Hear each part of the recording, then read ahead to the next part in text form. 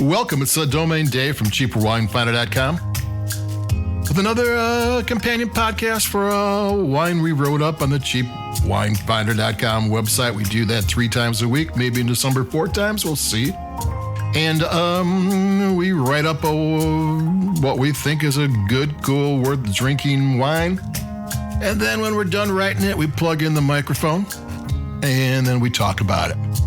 And today we've got a kind of an interesting wine. I like it. It's a wine that I don't think I've ever actually had other than at a tasting before. I mean, not this particular brand, but we have the Kirkland signature Gigondas 2021, or Gigondas if you don't want to be French.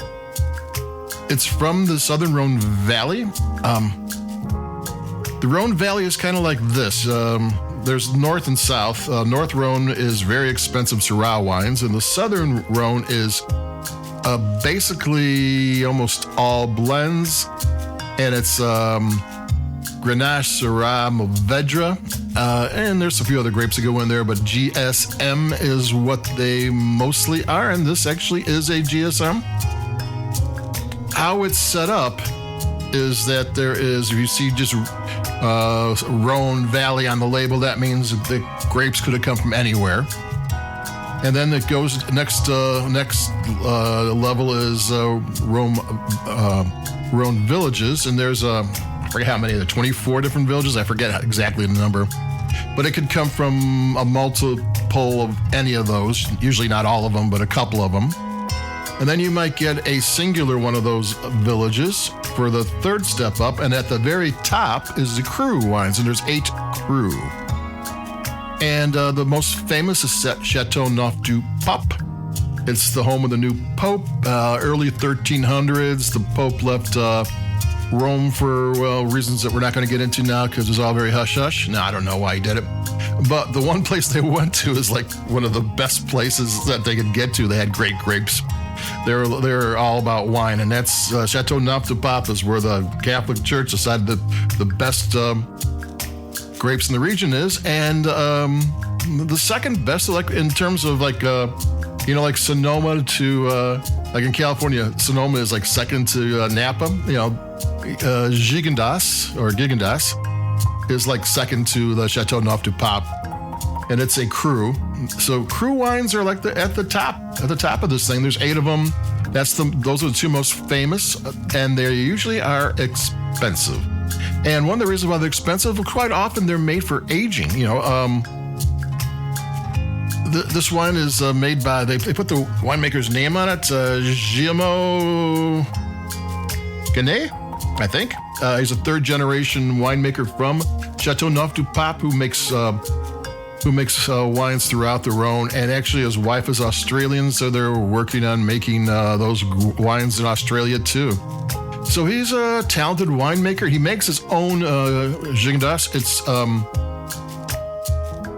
that one is more age-worthy. He says you can hold it for 10 to 15 years. This one he says you can hold for up to 10, and it's a young wine. So that's the kind of the difference in price. Most of the time you see these $20 is like the lowest they are, and then it goes 40 and goes up in the hundreds. And this is $13.99. So being a younger wine, you don't always see a younger wine, because if they can sell wine for 40 or 50, why sell it for cheaper? It doesn't make sense. Like you don't see too many Napa Valley red wines that are value price because they can get $50 for the same grapes.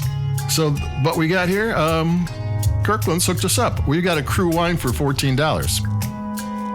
And so this is, as a younger wine, it doesn't have the aging potential, but that is probably better for value price wine drinkers, because those wines can get a little leathery or maybe a little bit too extracted, where the younger wines are bright and juicy and easier to get your palate around. I mean, it's one of those things that you taste a $300 wine and you go, I don't know about that. And you taste a $15 wine and go, oh, that's good. Because you're just not ready for it. It's not that there's, not that the $300 wine is a fake because you don't like it right off the bat. Just that it's going to be a little bit different. It's not going to be in your realm of memory because you haven't had it. And I don't think I've ever had a bottle of Gigondas before. I do believe I've had it at tastings, but you don't get it. And this one fell into the cheap wine finder's price range. And we're talking about in party season of a wine, an upscale wine. I mean, pulling out a Gigondas for friends and family is like cool. I mean, your neighbor comes over and you want to like get down with a bottle of wine, this will do it. And just because you didn't spend $45 and Costco hooks you up for $13, I mean, this is a legitimate Chateauneuf du Pope winemaker. The guy owns land in Chateauneuf du Pope. He makes Chateauneuf du Pope wines. So you're not losing anything. And plus, as a Cru wine, they have very extensive rules and regulations for the vineyards and then the winemaking production. So you're not really getting a second wine or anything of that nature. There's quality assurances in this in France for these things, and so that's one thing about Costco in this matter. Sometimes Trader Joe's wines, you know nothing about where it came from, and it could come from somewhere with impeccable credentials, or it could be kind of like shady. You don't know. Here, a Chateauneuf du Pope winemaker and a Cru designated area, and it is usually it's AOC, but since it's a Cru, it's let me look at it, GC, Appellation Gigondas Control. So you are getting a quality wine. I mean, just because it's a quality wine doesn't mean you're going to love it? No, but it gives you a good shot at loving it if you like it. How's it taste? Tastes really good.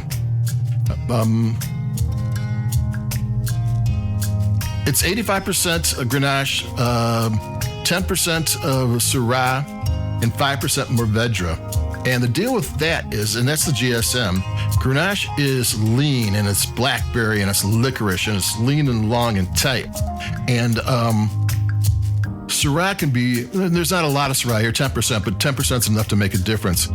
Plump and juicy, and maybe a little spicy. And then Mourvedre gives you another flavor, and it gives you structure, so it ties everything together. So you're getting one of the classic wine blends of the world. There's like the Bordeaux blend of Cabernet Sauvignon, Merlot, and Cab Franc, and maybe some Petit Verdot. And then there's the GSMs. This is one of the two major ones that have been important wines for a long time. And you can get it for $13.99. You can show off this holiday season without breaking the bank. And another thing about it, if you like it, you can get 2 bottles for the price of 1, or almost maybe 3 for the price of 1. And it makes the party a little bit better. So that's it for me, Domain Dave from cheapwinefighter.com. Push buttons to like us if you will. Most people, I think, get us off the web and not through Spotify or Apple Podcasts. That's fine.